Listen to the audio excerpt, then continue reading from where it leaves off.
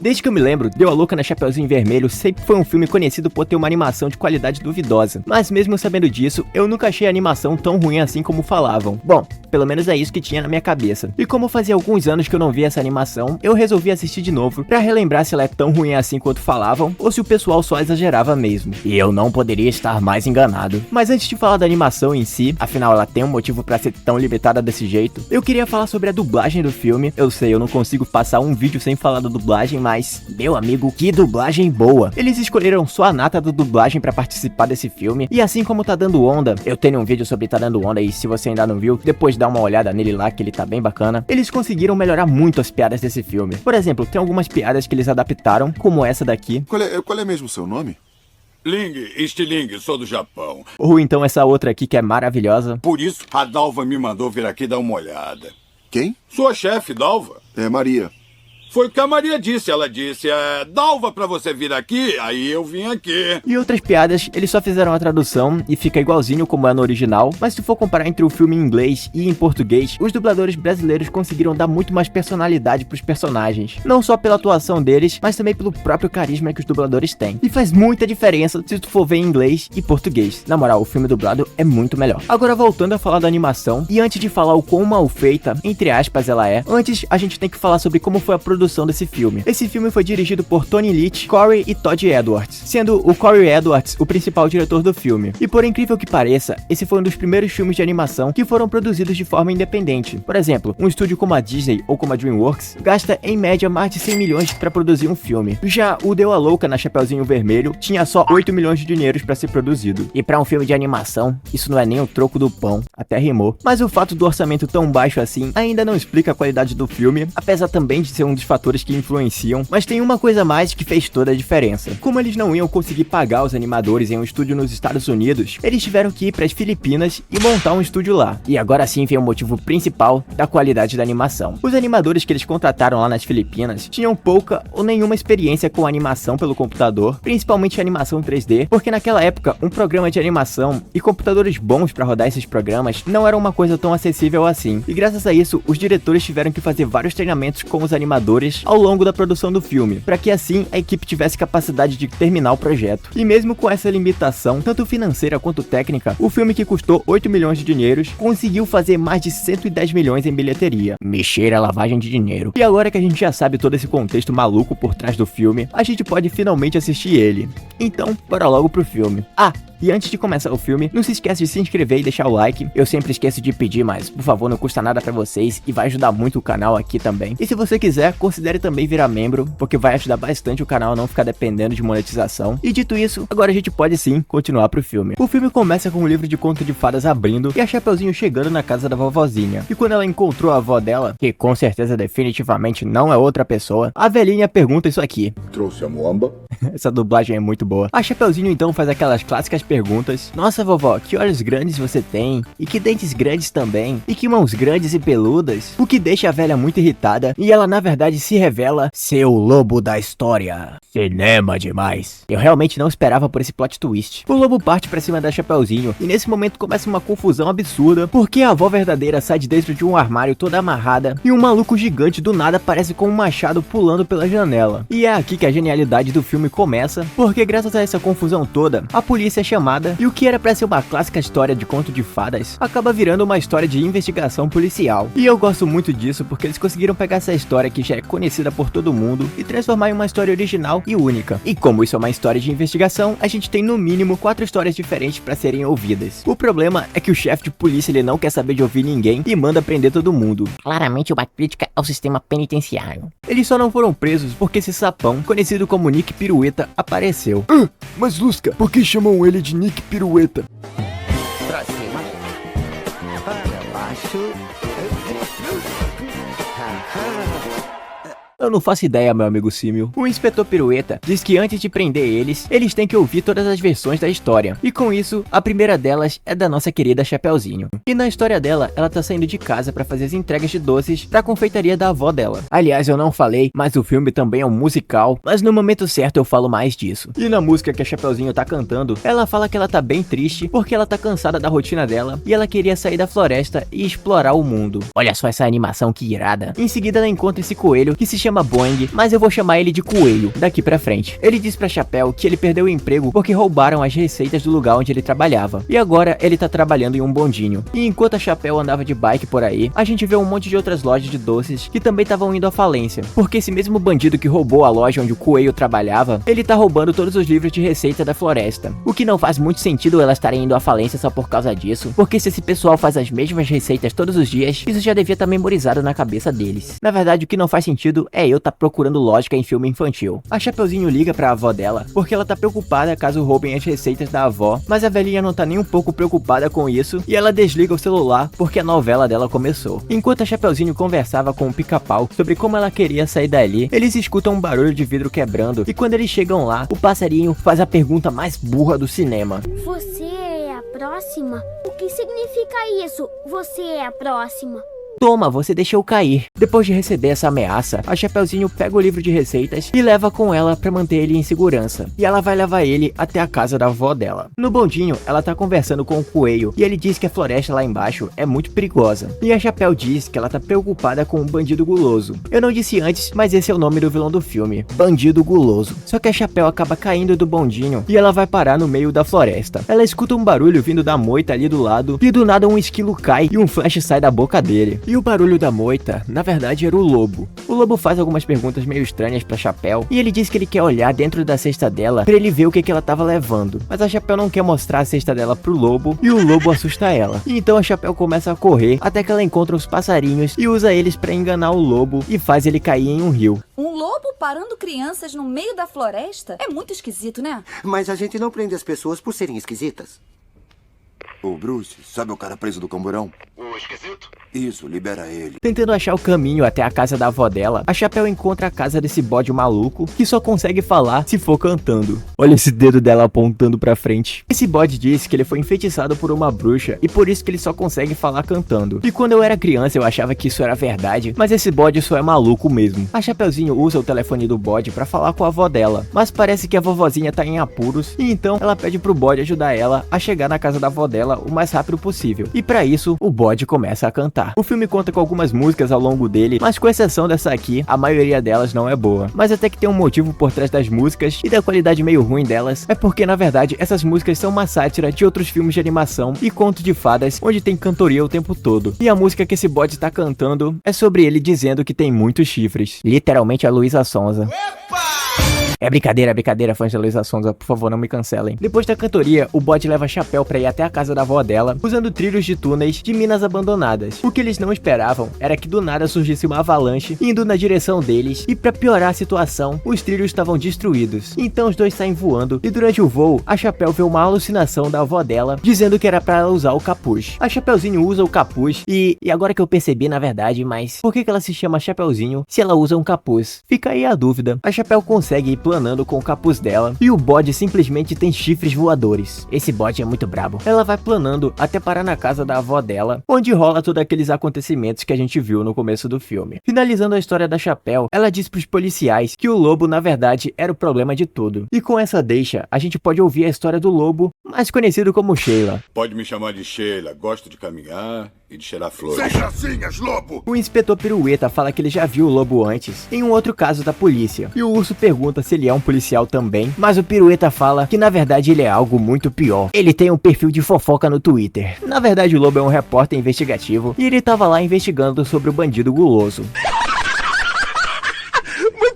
Nas investigações dele, o lobo acabou chegando até a Chapeuzinho e ele tava suspeitando que ela tivesse algum envolvimento com os roubos das receitas e com o próprio bandido guloso. E aqui a gente conhece o Ligeirinho, que é esse esquilo maluco que acompanha ele e fala na velocidade 2x. 2x é pouco até. Ele também é o fotógrafo do lobo e os dois querem arrumar provas do envolvimento da Chapéu com os crimes do bandido guloso. Pra isso, ele chega nesse carneiro e paga pra ele conseguir informações sobre a Chapéu. Ele descobre que ela foi pro bondinho e ele usa um amplificador pra escutar a conversa dela dela com o coelho. E ouvindo a conversa da Chapéu, ele começa a achar que na verdade a vovozinha é o bandido guloso. A Chapéu cai e o Ligeirinho tira várias fotos dela caindo e ela cai em cima dele. E sem querer ele acaba engolindo a câmera e é nesse momento que ele cai e tira uma foto dela. O Lobo aparece fazendo perguntas pra Chapéu e aqui eu queria destacar a diferença entre a cena dos dois, que na Chapéu era uma cena muito mais assustadora, afinal ela tava em um lugar que ela não conhecia. Já na visão do Lobo é só um momento normal na floresta, porque ele só tava tentando fazer perguntas pra Chapéu. E o Ligeirinho, que tava consertando a câmera, acaba prendendo a cauda do Lobo, fazendo ele gritar e assustar a Chapéu. E é por isso que ele mais cedo no filme acabou rugindo pra Chapéu, que não foi pra assustar ela, mas sim porque ele tinha machucado a cauda dele. E pra alcançar a Chapéu, ele simplesmente chama um táxi no meio da floresta. Eu adoro esse filme. E aqui a gente tem uma cena que não acontece na história da Chapéu, porque ela omitiu, que é simplesmente ela sentando a porrada no Lobo, porque nesse universo a Chapeuzinho é campeã nacional de karatê. Depois disso a gente tem aquela cena da Chapéu enganando ele e fazendo ele cair no rio. O Ligeirinho alcança o Lobo e eles vão procurar algum jeito de chegar na casa da vovozinha. E do nada o coelho aparece e diz que ele conhece um atalho. O problema é que esse atalho não é muito bom e eles vão para dentro de um túnel subterrâneo. E lá nesse túnel eles acabam encontrando um bichão no meio dele, o que faz eles correrem e os dois acabam escorregando, mas por sorte eles acabam encontrando uma saída. E essa saída leva eles para aqueles mesmos trilhos onde a Chapéu foi com o bode. Eles aproveitam para pegar um dos carrinhos também, só que quando eles entram em um túnel, o Ligeirinho resolve acender uma vela, só que na verdade o que ele acendeu não era uma vela, e sim uma dinamite. Na confusão do susto, eles acabam acendendo várias outras dinamites, e para eles não explodirem junto, eles jogam todas elas para fora do carrinho, o que acaba destruindo uma parte do trilho. E bem ali atrás a gente consegue ver a Chapeuzinho saindo voando com um carrinho. Eu acho lindo como as histórias estão interligadas. Eles chegam na casa da vovozinha, mas não tinha ninguém lá, e por sorte a vovó guardava material promocional dentro da casa dela, e o Lobo usa ele para se disfarçar, para ele poder pegar a Chapeuzinha no flagra cometendo crimes. Depois disso a gente já sabe o que acontece, e na polícia, por sorte o Ligeirinho tirou um monte de fotos, e isso acabou provando boa parte do ponto de vista do Lobo. Com a história do Lobo contada, o inspetor Pirueta tá curioso para saber qual que era desse lenhador maluco que pulou pela janela. De todos os personagens, ele é o que tem a história mais sem sentido do filme, e a que menos se encaixa com a história, mas ele é dublado pelo Guilherme Briggs, então tudo que eu falei é inválido. Melhor personagem do filme. E sim, eu sei que ele era pra ser o caçador da história da Chapeuzinho, mas aqui ele não tem nada a ver com isso. Um lenhador, na verdade não é um lenhador, e sim um ator. O nome dele é Franz, e ele tava ensaiando pra um papel pra um comercial de creme pra calos. O problema é que ele é todo desengonçado, e quando o diretor do comercial pede pra ele pensar no que ele gosta, pra deixar o comercial com mais emoção, ele pensa num grupo de tiroleses que fazem apresentações e que ele queria fazer parte desse grupo. E ele fica empolgado demais e simplesmente taca o machado pra longe. O diretor fala que eles vão avaliar ele e ligar depois. Em outras palavras, ele fala que ele não serve pro comercial e muito triste, ele vai andando até o caminhãozinho dele. Ah lá, Chapeuzinho na bike. No caminhãozinho dele, o Franz chama a criançada pra comer os doces que ele faz, mas parece que essas crianças saíram lá de dentro da Deep Web. Ai meu Deus, que medo. E enquanto ele tava se divertindo com a garotada, o caminhão dele acabou sendo roubado.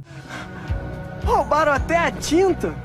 E mais uma vez, do nada o coelho aparece e ele fala uns bagulhos meio esquisitos e ao mesmo tempo o Franz recebe uma ligação do diretor falando que o cliente gostou da performance dele e agora ele tinha que treinar pra ser um lenhador de verdade, pra ele poder entregar uma boa performance no comercial. O problema é que esse maluco não faz ideia de como usa um machado, muito burro, até que ele lê um manual de como usar um machado e o cara vira o maior farmador de madeira do mundo. Se o Lorax visse isso, ele ia ter um infarto. Ele vai destruindo tudo até encontrar essa árvore gigantesca que ele passa o dia todo tentando cortar. Só que ele escuta o grito da Chapéu vindo da casa da vovozinha e atrás dele a árvore começa a cair. Pra escapar da árvore, ele corre morro abaixo e é graças a essa árvore que ele do nada aparece pulando pela janela. Depois de ouvir essa história, os policiais só acham que ele é meio doido e que ele não tem nada a ver com o bandido mesmo. Eu falei que a história dele era mais sem sentido, agora só falta mais um ponto de vista e é dela mesmo que a gente vai falar, da vovó Puckett. Ela é conhecida pelos doces dela e ela é a maior confeiteira da floresta, mas agora ela é a principal suspeita de ser o bandido guloso, porque teoricamente ela estaria fazendo isso pra acabar com a concorrência. A Chapeuzinho diz que não tinha como a avó dela ser o bandido, porque as duas nunca guardam segredo uma da outra. Mas na verdade a velhinha tinha um segredo sim, e o segredo dela é que ela é a velhinha mais radical de todos os tempos. Tanto que os policiais acharam no closet dela uma estante cheia de troféus e medalhas. Essa velha tem até uma tatuagem no pescoço pra mostrar que ela é muito radical. Claramente uma referência a Berserk. Na história da vovó, a gente descobre que ela não queria que a Chapeuzinho viesse na casa dela, porque ela tava indo pra um campeonato de esqui. Campeonato esse que ela tava treinando fazia 3 meses. E nesse campeonato ainda tinha direito a um show com um monte de animais, um mais feio do que o outro. E o grupo da vovó também não se salva da feiura. Fala sério, vai ser uma prova tava super difícil. Oh meu Deus, não tenho AIDS. Tenho AIDS, HIV e tesão. Aqui a gente também vê essa outra equipe, que vão ser os adversários deles, e só pela aparência dos caras, parece até que eles são parte de uma gangue comandada por algum vilão de filme. Acho que é só impressão minha mesmo. E mais uma vez, do nada, esse coelho maluco aparece, e ele pede um autógrafo pra vovozinha. Estranho esse maluco tá em todo canto, mas tudo bem, vamos continuar. Enquanto tava todo mundo na largada, um dos adversários da vovó sabota o esqui dela, fazendo ela ficar pra trás e desequilibrada. E não é só com ela que eles tentam trapacear, mas um por um da equipe da vovó é derrubado pelos europeus. Eu não disse antes, mas todos eles são da Europa. E foi nessa confusão toda que a Chapeuzinho ligou pra avó dela quando ela tava lá na casa do bode. E depois dos caras derrubarem todos os membros da equipe dela, ela decide que ela vai dar o troco. Na moral, essa velhinha é muito John Wick das ideias. Depois de derrotar quase todos eles, a vovó vai parar na beira de um precipício e a gente simplesmente tem um dos melhores diálogos do filme. A quem você trabalha? Eu não posso dizer. Rapazinho, vai me dizer agora mesmo. Está bem.